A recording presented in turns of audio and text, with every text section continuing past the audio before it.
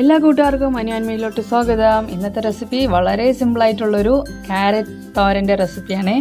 അപ്പോൾ എങ്ങനെയാണ് തയ്യാറാക്കിയെടുക്കണം നമുക്ക് നോക്കിയാലോ. ഞാനിവിടെ ഒരു മൺചട്ടിയിലാണ് തയ്യാറാക്കുന്നത്. ഇതിനകത്തോടെ 2 ടീസ്പൂൺ അളവിൽ വെളിച്ചെണ്ണ ചേർത്ത് കൊടുത്തിട്ടുണ്ട്. എണ്ണ ഒന്ന് ചൂടായി വരാൻ നേരത്ത് 1/2 ടീസ്പൂൺ അളവിൽ കടുക് ചേർത്ത് കൊടുക്കാം. ഇനി കടുകൊക്കെ എണ്ണയിൽ കിടന്ന് നന്നായി ഒന്ന് പൊട്ടട്ടെ. അപ്പോഴേക്കും നമുക്കിതിനകത്തോട്ട് ഒരു തണ്ട് കറിവേപ്പില, ഒരു പച്ചമുളക്, നിങ്ങളുടെ എരിവിനനുസരിച്ച് 2 or 3 ചേർക്കാം കേട്ടോ. ഞാനിവിടെ 1 ചേർത്തിട്ടുള്ളത്.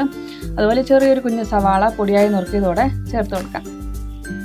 ഇനി ആ ഒരു ചെറു തീയിലിട്ട് ഒരു 10 മിനിറ്റ് സവാള ഒന്ന് വഴറ്റുക. സവാളയൊക്കെ നന്നായി ഒന്ന് സോഫ്റ്റായിട്ട് വരണം.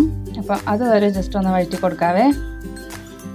ഒരു 10 മിനിറ്റ് ഇളക്കുമ്പോഴത്തേനും നമ്മുടെ സവാളയൊക്കെ നന്നായി ഒന്ന് മുരിഞ്ഞ് സോഫ്റ്റായിട്ട് വന്നിട്ടുണ്ടാവും.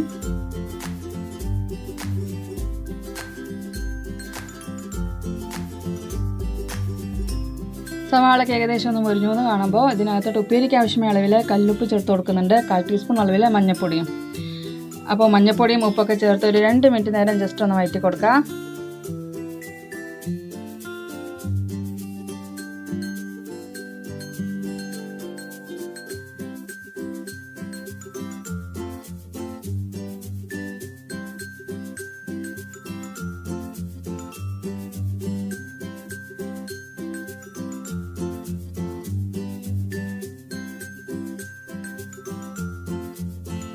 പൊടികളുടെ പച്ചമണം മാറിയെന്ന് കാണുമ്പോൾ നമുക്ക് ക്യാരറ്റും ബീൻസും കൂടെ ചേർത്ത് കൊടുക്കാം.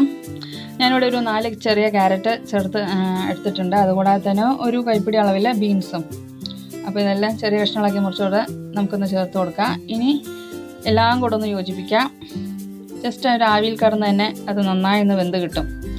അപ്പോൾ ഇനി ഒരു 15 മിനിറ്റ് നേരം ജസ്റ്റ് ഒന്ന് അടച്ച് വയ്ക്കാവേ.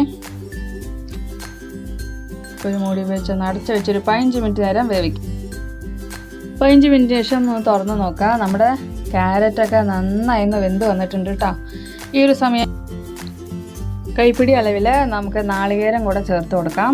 നാളികേരം കൂടെ ചേർത്തിട്ട് എല്ലാം കൂടെ ഒന്ന് മിക്സ് ചെയ്തെടുക്കാം കേട്ടോ. ഇനി ഒരു 10 മിനിറ്റ് തുറന്ന് വെച്ചിട്ടൊന്ന് ഇളക്കുമ്പോഴത്തേനും നമ്മുടെ ഉപ്പേരിയൊക്കെ ഇവിടെ റെഡിയായി വന്നിട്ടുണ്ട്. നല്ല ചൂട് ചോറിനോടൊപ്പൊക്കെ കഴിക്കാൻ പറ്റിയ നല്ല ഒന്നാന്തരം സിമ്പിളായിട്ടുള്ള റെസിപ്പിയാണ്. അപ്പോൾ ഇത്രയേ ഉള്ളൂ. വീഡിയോ ഇഷ്ടമായി കാണുമെന്ന് വിചാരിക്കണോ? വീഡിയോ ഇഷ്ടമായാൽ തീർച്ചയായിട്ടും ലൈക്ക് ചെയ്യുക, ഷെയർ ചെയ്യുക, സബ്സ്ക്രൈബ് ചെയ്ത് സപ്പോർട്ട് ചെയ്യാനും മറക്കരുത്.